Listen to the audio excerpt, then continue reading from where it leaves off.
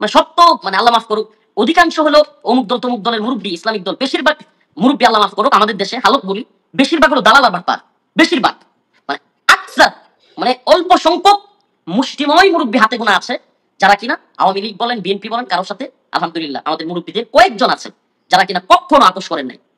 এছাড়া বেশিরভাগ মানে এদের নাম বললে লিস্ট অনেক লম্বা হবে, মানে কথাটা অনেকটা এরকম যে লুম যদি বাঁচতে যায় কম্বল তো থাকবে না, লুম যদি বাঁচতে যায় কম্বল তো থাকবে না। এখন হুজুর আপনারা জিজ্ঞেস করি শেষ প্রশ্নটা, সেটা হচ্ছে যে মানে করণীয় কি? আপনারা আলেমরা যদি এইভাবে ধরেন, আগে আপনি যেটা আমি বললেন আপনাদের ধরার 10 দিনের মধ্যে আসতেছি তাকে ধরে নিয়ে ইলিয়াস গিয়েছে। ভাই, এখন আজকে আমি আসিফ আসতেছি। আদনানকে মনে করেন ধরলো।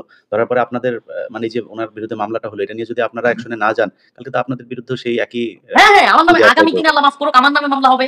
আল্লাহ যদি না করে, আল্লাহ না করুন, আসিফ আদনান ভাইকে অ্যারেস্ট করে আপনি দেখেন এটা খুব একেবারে পয়েন্ট আকারে অ্যারেস্ট করা তো বউ করে ভাই। অ্যারেস্ট করা তো এইসব স্বপ্ন দেখে লাভ নাই। কিন্তু কথা হলো এই যে মামলার ভিতরে যে নাম এইটা করা, এই যে সেই একই ধরনের ষড়যন্ত্র, মানে এইটার করার পরে যদি নাকি মনে করেন আপনারা চুপ থাকেন, তাহলে তো এইভাবে আপনাদেরকে সবাইকে জড়াইতে থাকবে। এবার কনফার্ম কনফার্ম। তো ভাই আমি ইলিয়াস ভাই আমি একটু শেষ করি, জি, সেটা হলো জি। আসিফ ভাইয়ের বিষয়টা বলি। আসিফ ভাইয়ের মানে প্রথমত হলো মামলাটা দেওয়ার কারণটা ভাই তো একটা ব্যাখ্যা করছেন, আমি বলি মানে আসিফ ভাইয়ের মামলা দেওয়ার কারণ এবং আবরার ভাইয়ের মামলা দেওয়ার কারণ একটু ভিন্ন। আসিফ ভাইয়ের মামলা দেওয়ার কারণ হলো আসিফ ভাই এমন কিছু বই লিখছেন মাশাআল্লাহ, আমি কারাগারে গিয়া ধরেন এই তিনজনের মধ্যে মিল কি, আমাদের যাদের দেওয়া হয়েছে তাদের মধ্যে মিল কি? আমাদের মিল হলো যে হ্যাঁ আমরা ভারতীয় আগ্রাসনের বিরোধিতা করি, সবচেয়ে কট্টর বিরোধী বলতে পারেন আমাদেরকে, এবং আমরা বাংলাদেশের যে সেকুলার প্রগতিশীল যে অংশটা আছে, যারা বাঙালি জাতীয়তাবাদের যে শাহবাগী যে বয়ান আছে সেটাকে প্রচার করে, সেটার বিরোধিতা করি।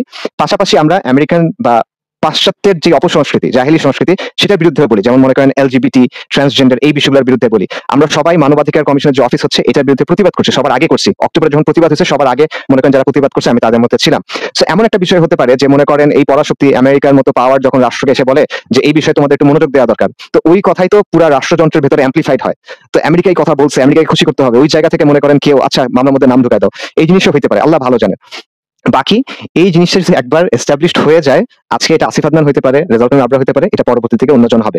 আর ওলামায়ে কেরামের ব্যাপারে যেটা, ওলামায়ে কেরাম আমাদের মাথার তাজ।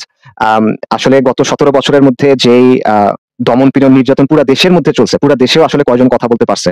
সেকুলারদের মধ্যে এই যে বুদ্ধিজীবী যারা ছিল, এত বড় বড় একাডেমিক টক শোতে গিয়ে এত কথা বলে, তারা কি করছে? তারা বরং আওয়ামী লীগের এই দমন পীড়ন, আয়নাঘর সবকিছুর পক্ষে বক্তব্য এই করছেন। সো ওলামায়ে কেরাম সামাজিক ভাবেও তাদের কিছু দুর্বলতা রয়ে গেছে।